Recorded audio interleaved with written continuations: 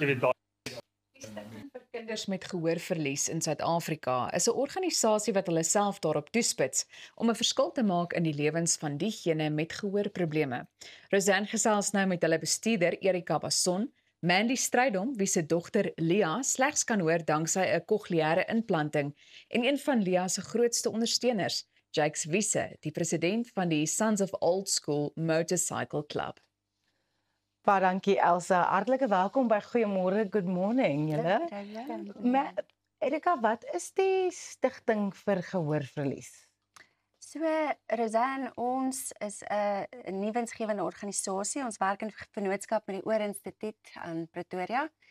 En ons help families en kinders en volwassenes met gehoorverlies wat kokleaire implantings nodig het. Wat nie hierdie hoë bedrag kan bykom om daarvoor te betaal nie. Dit is 'n ongelooflike duur operasie. Ja. En ja, so dit begin maar by die audioloog en hulle verwys hulle na die kokleaire implantings divisie toe. Hulle word vandag goedgekeur en vandaar help ons hulle om die fondse in te samel.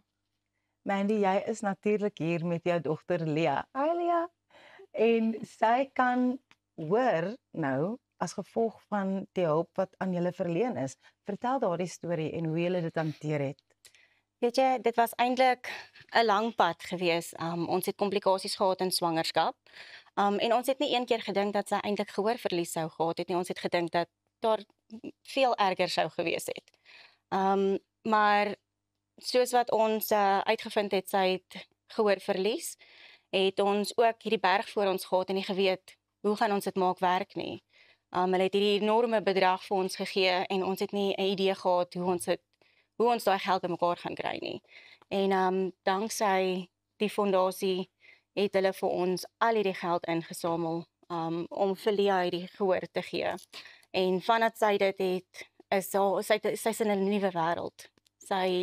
Dit is amazing om te sien hoe dit haar lewe verander het. Jakes, jy is natuurlik een van Lia se grootste ondersteunings. Jy is die president van die Sons of Old School Motorfietsklub. Hoe het julle van Lia se storie te hoor gekom en hoe het julle besluit om in te spring en te help? So, ek is baie groot as dit kom by kinders. En omdat ek self 'n baie rowwe kinderlewe gehad het, ontferm ek my baie groot oor kinders. So my ou chaplain Gerard van Sail, hy doen vir ons navorsing of mense kom na hom toe met hulp vir goed. Dan gaan doen hy vir my navorsing, kom terug na my toe en sê hy voel ons moet hierso help. Frank is een van ons members in Potchefstroom. Ek en hy is al 23 jaar vriende. So hy het van Liliaatjie gehoor en hy het dadelik my gebel en vir my gesê hy voel ons moet die ondersteun. Ons het die ondersoek ingedoen en voluit gegaan daarvoor. Ongelooflik. Erika, hoe het julle vir Mandy en haar gesin geondersteun?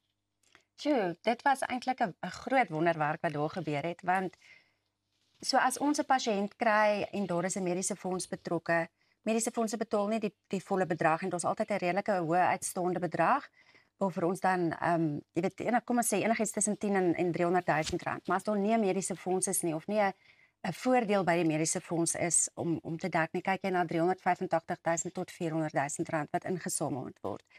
En op daai tydstip het ons vir Lia en 'n ander seentjie gehad, so albei babietjies wat dit nodig gehad het.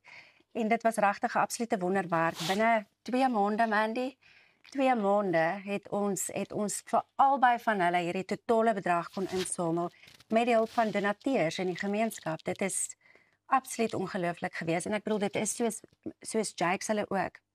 Sonder hierdie tipe mense kan ons dit nie doen nie. Ons kan nie hierdie werk doen sonder donasies nie. En ja, dit was vir ons net ongelooflik, 2 maande. Wow. Hoekom is dit so belangrik? Jy praat nou van Lia en die ander seentjie as babatjies. Hoekom is dit so belangrik om vroeg in te gryp met kinders met gehoorverlies? Roseanne, definitief vir taal- en spraakontwikkeling, as hulle so jonk is, hulle is absoluut in daai ontwikkelingstydperk nou, waar dit gebeur. Natuurlik gaan Liaatjie begin met sy het reeds, dink ek nou al begin met spraakterapie, is baie belangrik na die implanting om te begin met spraakterapie. Dit is 'n intensiewe rehabilitasie na die tyd en dis hoekom ek sê die kostes stop ook nie net na die vir die inplanting nie. Daar's definitief spraakterapie onkostes en programmeringsonkoste na die tyd wat deurlopend gaan aanhou. Dit is 'n intensiewe proses, maar definitief spraak en taalontwikkeling absoluut hoe jonger, hoe vinniger, hoe beter in daai ontwikkelingstydperk van 'n kind se lewe, ja. My volgende vraag is eintlik vir jou en vir Jakes. Watter tipe inisiatiewe hardloop julle om fondse in te samel? Want hierdie is 'n duur storie. Dis 'n baie duur storie. So in Jakes se geval 'n lekker bymekaar kom. Al die motorfietsryers het bymekaar gekom vir Lia en ons het raffles gedoen en daar was 'n auction, jy weet, so 'n lekker fondsinsamelings funksie bymekaar gesit en hulle het 'n lekker enorme bedrag vir Lia se rehabilitasie ingesamel vorentoe vir haar spraakterapie, vir herstelle, selfs dit, jy weet, is ook in die prentjie, al hierdie die kabeltjies is byvoorbeeld ongelooflik duur, die batterye, al daai tipe van goedjies wat van tyd tot tyd vervang word. So definitief funksies, dit help baie en verder net om die gemeenskap betrokke te maak, jy weet, 'n golfdag hier of fonds aansoek daar. Ja, dit is almal, ek dink bewusmaking is die heel belangrikste van alles. Jakes, people don't think bikers have soft hearts that you do, maar ek sien Lia het vir jou om haar pinkie gedraai. En 'n groot ding is ook jy sien veral met my, ek doen private protection. So ek het baie hoë kliënte en ek meen as die papierwerke goed is, ons het ouens gehad wat dadelik ingespring het en gaan het want jy kan dit weer terugkleim met goeders van jou tax en al daai tipe dinge, verstaan wat ek sê. So die mense kan regtig, ek dink ons moet meer gefokus raak om te kyk na sulke kleiner dinge. Ja. Erika, ek wil vir jou vra, jy het genoem dat die operasie ontsettend duur is, tussen 350.000 en 400.000 rand.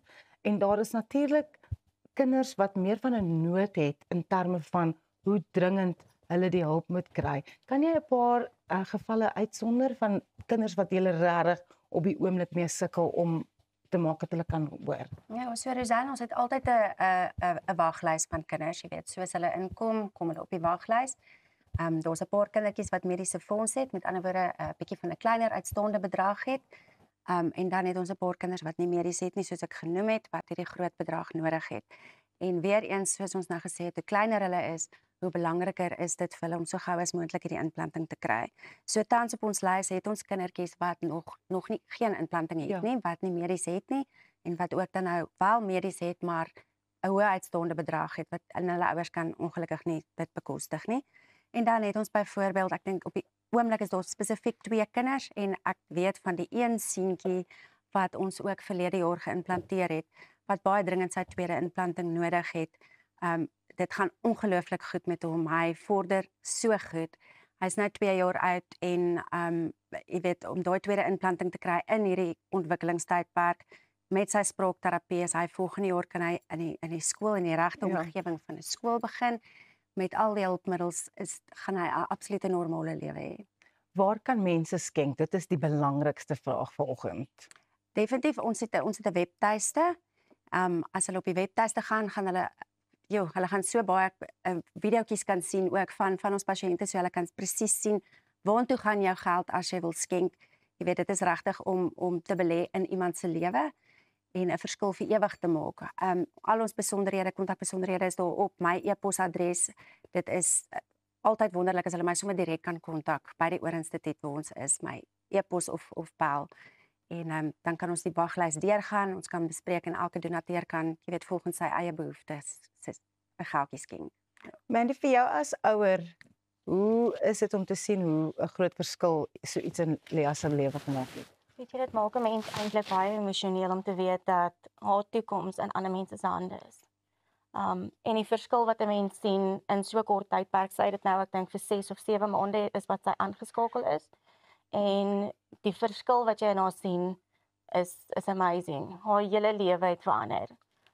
Hoe sy reageer teenoor mense wat gesels en die omgewing rondom haar. Ek meen, sy het nog nooit in haar lewe iets so simpel soos 'n rattle gehoor nie. En die dag toe sy die eerste keer 'n rattle hoor, het dit my in trane gehad.